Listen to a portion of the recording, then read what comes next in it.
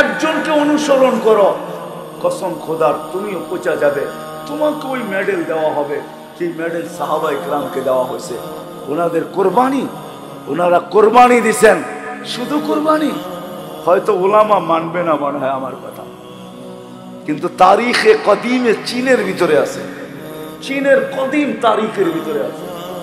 কেননা চীন মুসলমান ছিল, আজকে যদিও চীন বুদ্ধিস্ট, চীন মুসলমান ছিল। মঙ্গোলিয়াদের আন্ডারে পুরা চীন ছিল।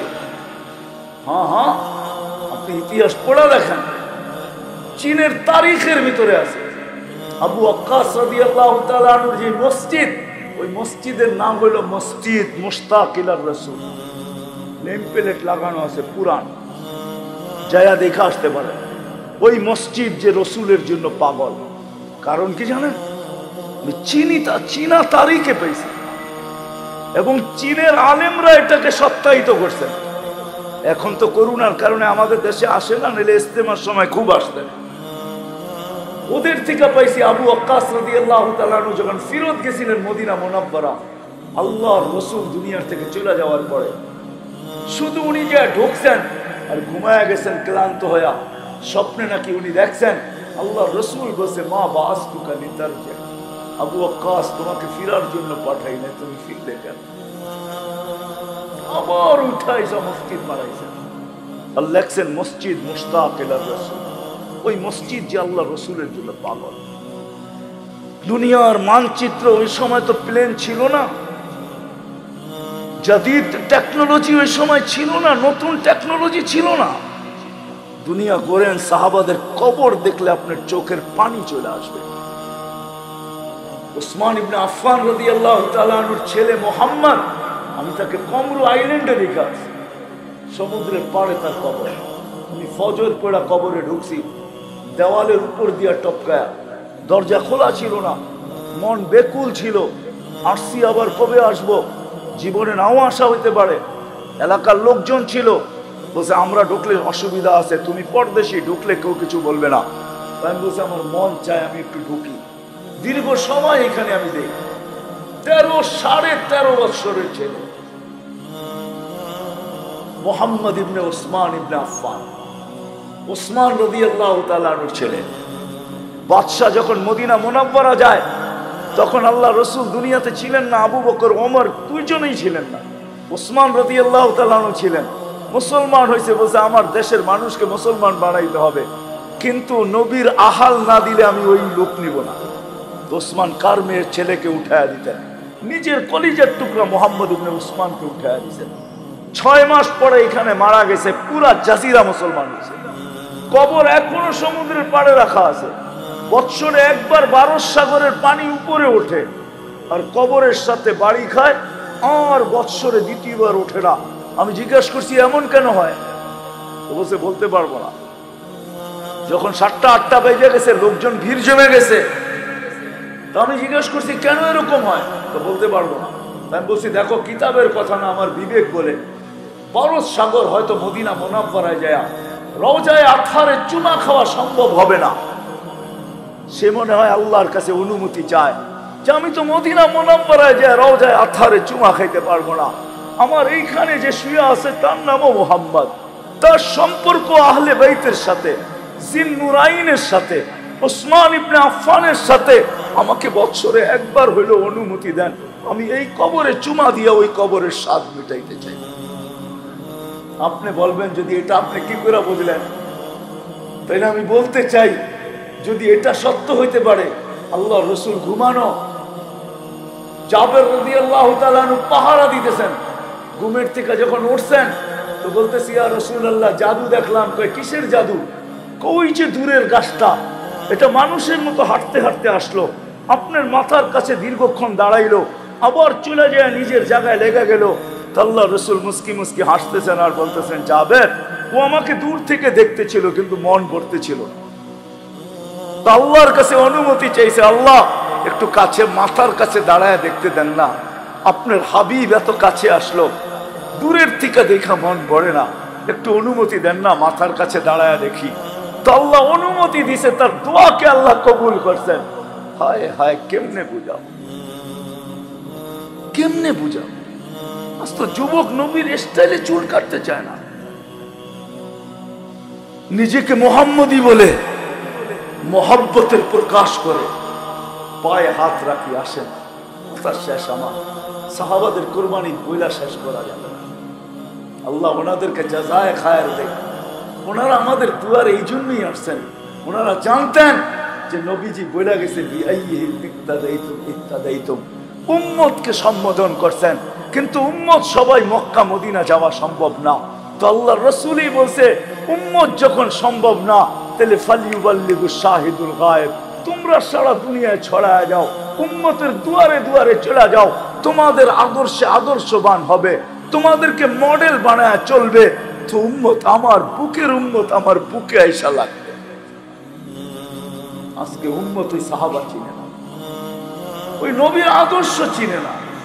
না চিনার কারণেই সর্বশেষ কথা, হায় হায় আজকে বাংলাদেশের মা বাবা সবচেয়ে বেশি অনিরাপত্তা যদি মনে করে নিজেকে, তো নিজের সন্তান থেকে নিরাপদ মনে করে না, অনিরাপদ মনে করে নিজের সন্তান থেকে। বিশ্বাস হয় না আপনার? নাইলে এতগুলা মা বাবার জান কি করে গেল? আজ পর্যন্ত কত মা বাবার জান গেল সন্তানের হাতে। এখন কোন মা বাবা সন্তানকে নিরাপদ মনে করে না। এই জন্যই তো ঘরের দরজা লাগায় ঘুমায়, মা বাবার দরজা বড় শক্ত লাগায়, কেননা জানে কখন সন্তান কি করে ফেলবে। অথচ একটা সময় ছিল, ঠিক না? হ্যাঁ, হায় হায় হায়, সময় ছিল।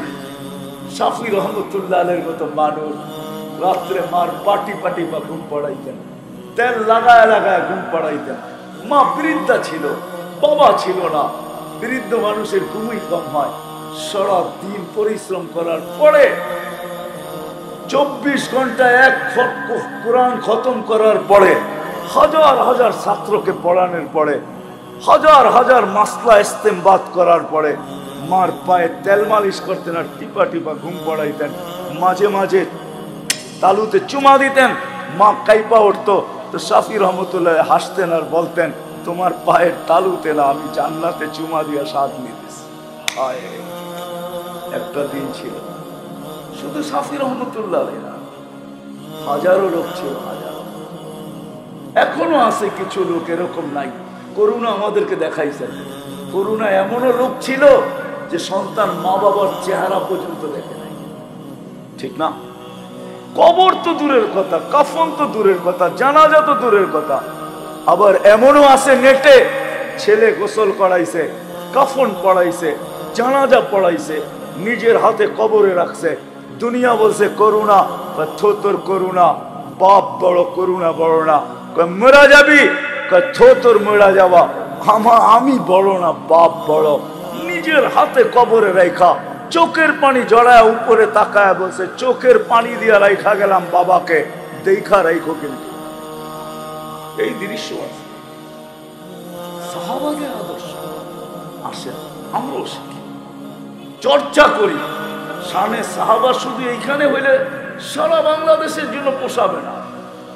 প্রত্যেক মসজিদে মসজিদে হইতে হবে, গলি গলি হইতে হবে, কমসে কম 4টা জিনিস হইতে হবে। তাইলে যদি আমার জাতি কিছু বোঝে, শানে সাহাবা, শানে ওলামা, এই 4টা যদি প্রত্যেক গলি গলি হয়, তাইলে আমার জাতি হয়তো ফিরে আসতে পারে। আর না হইলে আমার জাতি বাহির হয়ে যাইতেছে, জানি না কোন সময় মাথার পানি গড়ায় পড়া যায়, আর কোনোদিন ফিরায় না আনা যায়। আজকে তো যুবকরা ইউনিভার্সিটি কলেজের, আরে আপনার এই এলাকার রিক্সাওয়ালাদেরকে জিজ্ঞাসা করেন কয়জন নবীর নাম জানে, জিজ্ঞাসা করেন, নবীর নাম পর্যন্ত জানে না, কলেমা সহি পড়তে পর্যন্ত জানে না। শুধু মোহাব্বত যদি কাঁদে দিত, তাহলে তো আমি বলি আবু তালেবের চেয়ে উপরে কেউ ছিল। আপনারা আবু তালেবকে চিনেন না, ওনার ইতিহাস আপনারা পড়েন না। আল্লাহ রসুলের কতটুকু কাছে ছিল আপনি জানেন না, জানেন না। আবু তালেব কে ছিল পরিচয় নেই, তার জন্ম কোন জায়গায় আপনি চিনেন না, তার গড়টা কোথায় ছিল আপনি জানেন না, সে মারা গেছে কোথায় এটাও জানেন না। সে হেরেমের ভিতরে মারা গেছে, মাতাফের ভিতরে আবু তালেব মারা গেছে। তার গড় মাতাফের ভিতরে ছিল, এখন মাতাফ লম্বা করার কারণে তার গড় মাতাফের ভিতরে চলে আসছে, সে ওই ঘরে মারা গেছে। আমি তার কবর চিনি, সে এখনো খাদিজা রাদিয়াল্লাহু তাআলা আনহার পাশে শুয়ে আছে। আমি চিনি তার কবর। আমার কাছে কিতাবি এলেম নাই, চোখের এলেম আছে, আমি চিনি তার কবর। তাইলে আবু তালেবই পার পাওয়া যেত, শুধু মহাব্বত দিয়ে যদি পার পাওয়া যেত।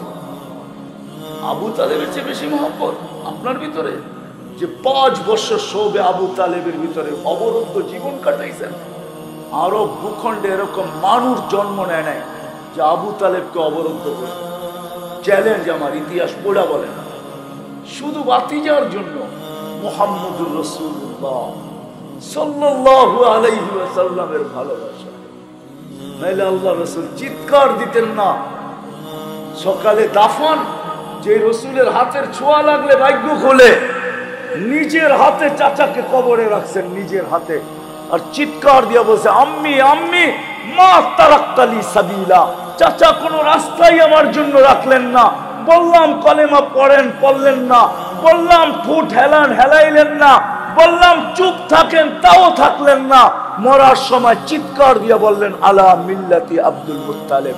কেন বলতে গেলেন? আমার জন্য কোনো রাস্তাই তো রাখলেন না। অথচ এই নবীজির হাতের ছোঁয়া যেখানে লাগছে।